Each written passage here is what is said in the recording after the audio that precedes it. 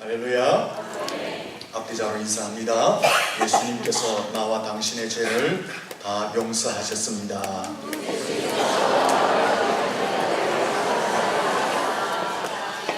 오늘 찬양이 너무나 은혜로웠습니다. 설교를 안 하고 싶습니다. 찬양 속에 오늘 메시지가 다 담겨 있는 거예요. 제가 뒤에 있으면서 이야, 은혜가 된다, 설교를 안 해야 되겠구나, 이런 말만 들어요. 오늘 성찬식이 있는데 너무나 성찬과 맞는 찬양이어서 큰 은혜가 되었습니다. 성찬식은 유월절과 깊은 관계가 있습니다. 본문 17절 이하를 보시면 예수님께서 유월절에 저녁을 드시고 떡과 잔을 나누시며 최초로 12제자에게 성찬 예식을 행하셨습니다. 이러한 사실은 예수님이 유월절에 최초의 성찬을 제정하신 것은 성찬이 유월절과 깊은 관계가 있다라는 것입니다. 어떤 관계가 있을까요? 유월절은 이스라엘 백성들이 430년 동안 애굽이라는 나라에서 노예 생활을 합니다. 그런데 하나님께서 특별한 은혜를 베푸심으로 애굽에서 자유와 해방을 얻고 출애굽하게 됩니다. 구원을 받게 됩니다. 그날을 기념하여 유월절로 지켰습니다. 하나님은 모세를 통해서 애굽 온 땅과 백성들에게 9가지 재앙을 내렸습니다. 엄청난 재앙들이었습니다. 하지만 애굽의 바로 왕은 강팍하여서 이스라엘 백성들을 놓아주지 않습니다. 그래서 하나님은 모세를 통해서 마지막 10번째 무서운 재앙을 내리는데 사람이든 짐승이든 상관하지 않고 첫 번째로 태어난 장자의 죽음이라는 재앙을 내리게 합니다. 그러자 장자들이 짐승이든 사람이든 죽어나가자 바로 왕이 손을 들고 이스라엘 백성들을 출애굽시켜 주게 됩니다. 그런데 이 10번째 무서운 장자의 죽음이라는 재앙에 예외를 두셨습니다. 죽음의 그림자가 온 애굽 땅을 덮어갈 때에 하나님께서는 이스라엘 백성들에게는 예외를 두시고 죽음의 그림자가 넘어가게 하셨습니다. 여기에도 조건이 있었습니다. 이스라엘 백성들이라고 그냥 죽음의 그림자가 넘어간 것이 아니라 하나님의 말씀에 순종하여 어린 양을 잡아서 그 양의 피를 문설주와 문인방에 바른 짓만 죽음의 그림자가 넘어가는 은혜를 베풀게 되었습니다. 이 재앙으로 말미암아 애굽 온 땅에는 통곡이 가득했습니다. 죽음의 그림자가 짐승이든 사람이든 장자를 다 죽여버리니까. 그래서 이스라엘 백성들만 예외로 두고 양의 피를 바른 짐만 예외를 두고 다 죽으니까 통곡이 끊이지 않자 바로 왕이 두 손 두 발을 들고 항복하여 출애굽을 시켜주게 되는 것입니다. 이 날을 기념한 것이 유월절 절기였다라는 것입니다. 여기 유월절날 죽임을 당한 어린 양은 예수 그리스도를 상징합니다. 유월절의 어린 양의 죽음, 어린 양의 피는 예수님의 죽음, 예수님의 피를 상징한다라는 것입니다. 왜? 유월절 어린 양과 죽음과 피가 예수님과 죽음과 피를 상징하느냐? 좀 전에 말씀을 드린 것처럼 하나님의 사자가 사람이든 짐승이든 장자를 다 애굽 온 땅에서 죽여나갈 때에 문에 양의 피가 발라져 있는 이스라엘 백성들의 집은 다 넘어갔습니다. 그 일로 인하여서 이스라엘 백성들은 출애굽하고 자유와 해방과 구원을 받게 됩니다. 이처럼 예수 그리스도를 구주로 믿고 예수의 피의 권세를 확신하는 사람들은 죄와 죽음과 사단과 지옥의 권세가 넘어가고 죄사함과 구원과 영생과 천국이 주어지기 때문에 그렇습니다. 그래서 6월절의 어린 양의 죽음, 어린 양의 피는 바로 예수님의 죽음, 예수님의 피를 상징하는 것이다 라는 것입니다. 따라서 왜 6월절에 예수님이 성찬 예식을 처음 시행하신 것은 엄청난 의미가 있다라는 것입니다. 우리가 여기서 또 하나 정리해야 할 것이 있습니다. 6월절 어린 양의 죽음과 피는 단순히 애굽에 속박된 한 나라 이스라엘만을 해방시키기 위한 하나님의 조치가 아니었다라는 것입니다. 6월절 어린 양의 죽음과 피는 한 나라, 한 민족을 초월하여서 더 크고 넓은 전 인류를 향한 하나님의 언약, 하나님의 약속, 하나님의 계획, 구원 조치였다라는 것입니다.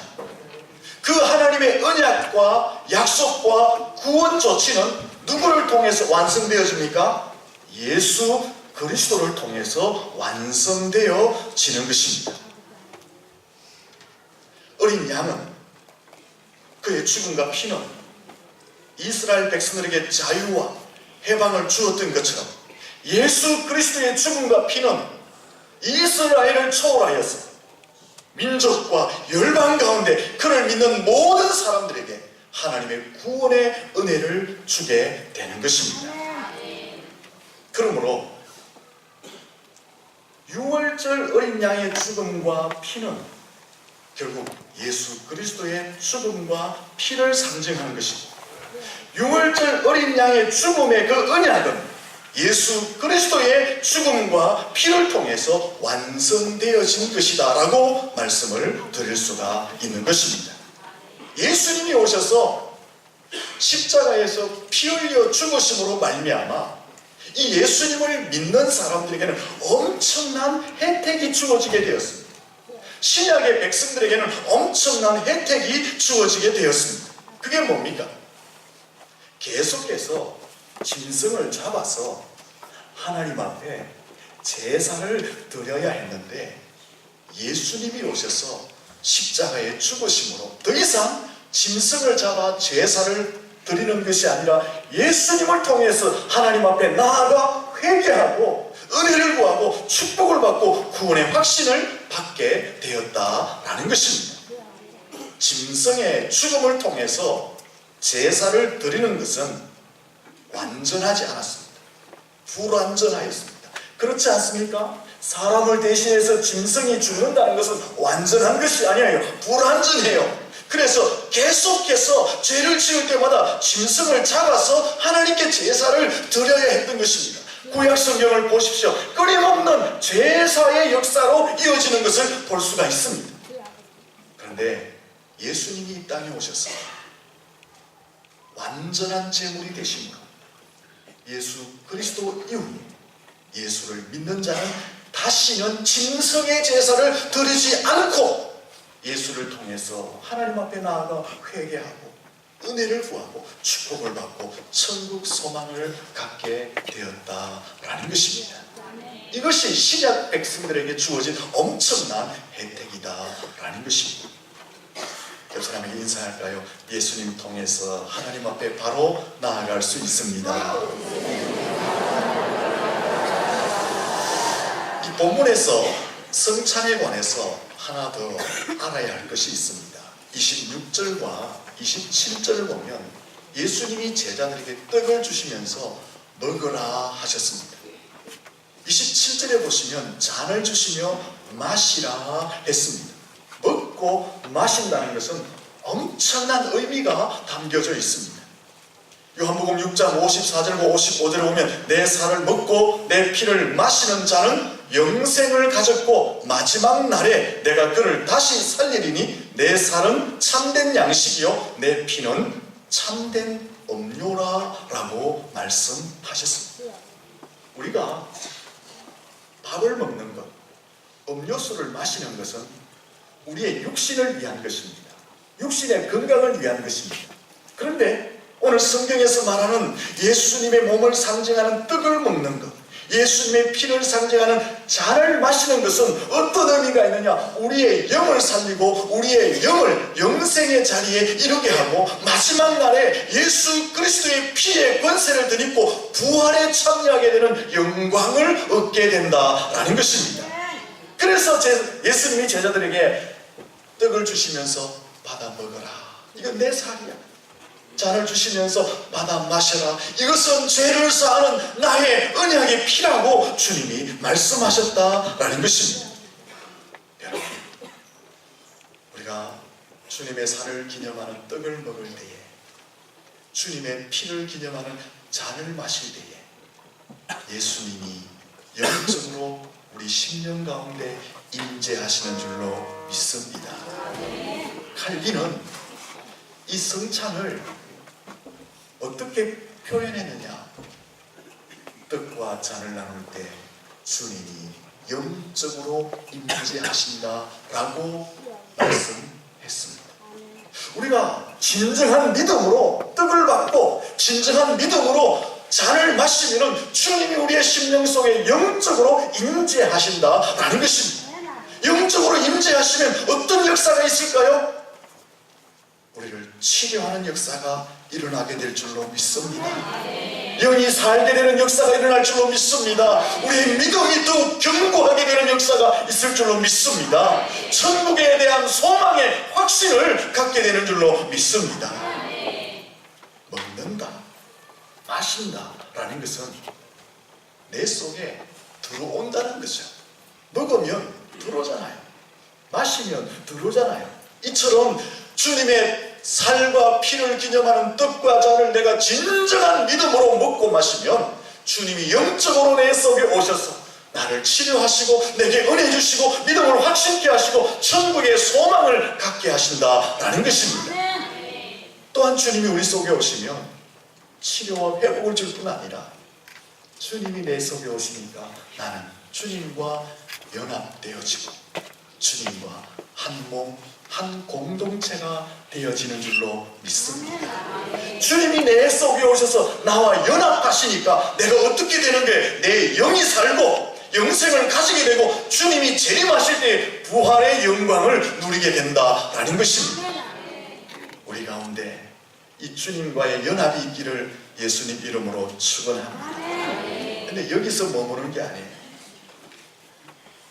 주님의 뜻과 잔을 우리가 먹고 마시면 주님과 연합될 뿐 아니라 주님의 뜻과 잔을 마신 성도와 성도가 연합되어지고 하나 되고 한 몸이 되고 한 형제 자매가 되는 것입니다.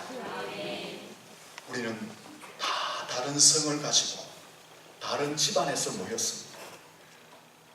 하지만 주님의 몸과 피를 기념하는 떡과 잔을 마심으로 주님 안에서 연합이 되고 하나가 되고 한 몸, 한 자매, 한 형제가 되는 줄로 믿습니다.